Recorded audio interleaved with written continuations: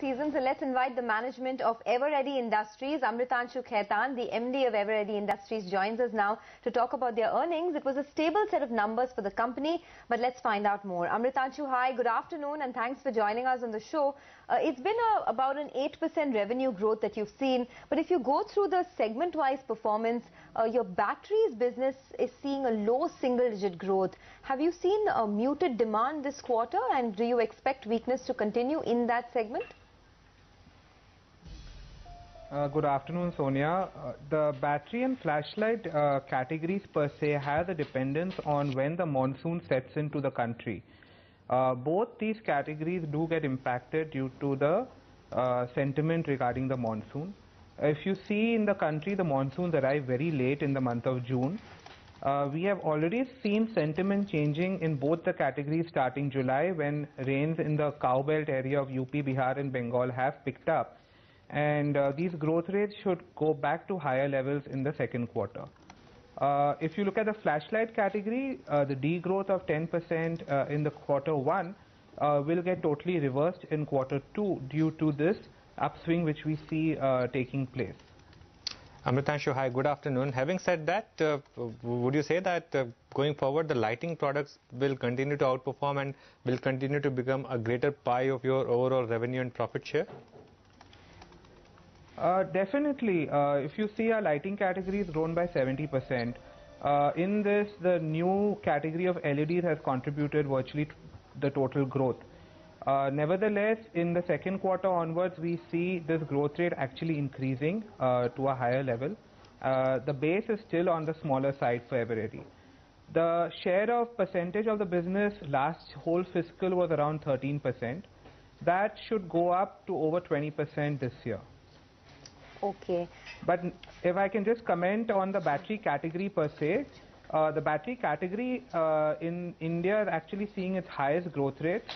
We are seeing the category grow actually at 10-15%. Part of it, the organized players are not enjoying this year due to cheap Chinese batteries being dumped. But the organized industry has filed petition with the government for bringing back dumping duties, which we feel or we hope that the Indian government will do by end of the year. So you can see battery value growth and volumes to go into double digit going forward, maybe second half of the year or early next year. Okay, that's an important point, because you know a lot of other industries are getting impacted by the heavy dumping of Chinese products. The tire industry, for example. You had a great year last year, Amritanshu, and the reason why your stock has doubled as well is because you've been able to take a lot of price hikes in your core battery category. Do you think it will be tougher for you to undertake price hikes now going ahead, because one, the demand has not picked up as much as you like, and two, there's so much dumping of Chinese product?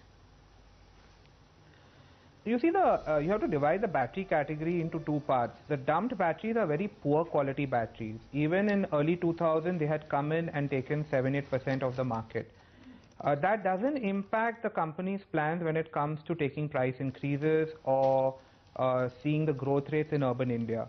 The battery growth in India is being driven by the demand in remotes, which is coming primarily from urban India, where digitization is taking place. Those markets do not get impacted by the cheap Chinese batteries, the replacement market. For the company, we are enjoying highest ever margins in the battery category. Even in this quarter, our EBITDA margin in the battery category was closer to 14%. The total company average was 10.7%, but the battery category had much higher margins due to the price increases we took last year. The raw material prices were higher in quarter one. Now going forward into quarter two, the zinc prices have dropped quite substantially. This will help battery margins improve further. So we do not see a major price increase need, but we always keep evaluating, and we are mulling a price increase in the premium segment maybe in the second quarter. But that is something we will inform once the decision is taken. Okay, so Amritanshu, leave aside the premium segment. For other segments, you know, considering that, as you yourself said, the raw material prices have fallen quite a bit, do you think that there's a case for a bit of a price cut going forward, especially if there's such a move from competition, or do you think you still enjoy quite a bit of pricing power in that sense, and that situation will not arise? You see, Eveready as a brand enjoys 15 to 20% premium in terms of pricing in the premium segment. In the popular segment also, our prices are already higher by 5 to 7%. So there's no question of any price dilution when it comes to batteries. The unit value of batteries in India is still very low. The rural Indian consumer can buy a AA battery at 7 rupees.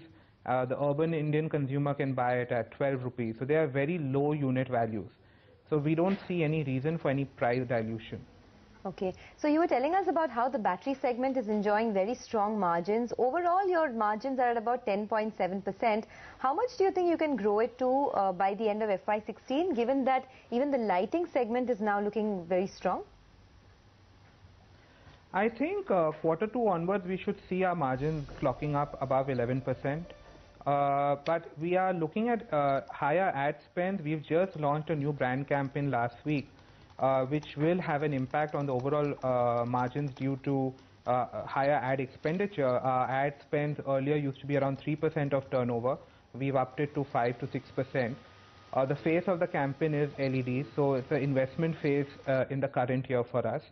So I would be very happy if the company can clock a 11% kind of EBITDA margin for the full year, and plow additional cash flow generated into brand building, which would really set the foundation for Eveready to be a much stronger lighting player going forward.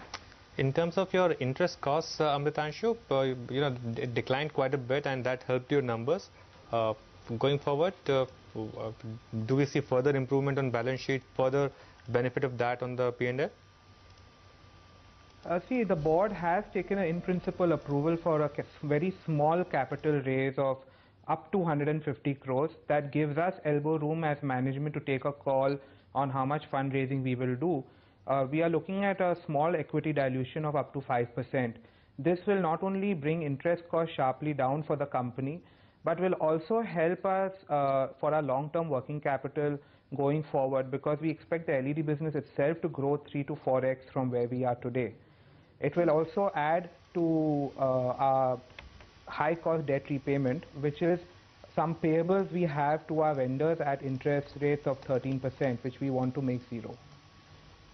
Okay, so 3 to 4x growth in the LED business. In the slightly more near term, by the end of FY16, what kind of revenue growth would you look at? For the whole company? Yes, as a whole. As a whole, we are looking at overall growth of about 12 to 15% for the fiscal. Okay, fair enough. Thanks, Amritanshu, for joining us, and all the best for the quarters to come. Thank you. Thanks for that. Well, that's the word coming in from Eveready. They see a big boost in their LED business, and they expect margins to improve further as well. But can't say the same about the market. In fact, it's tanking further now. The Sensex is down almost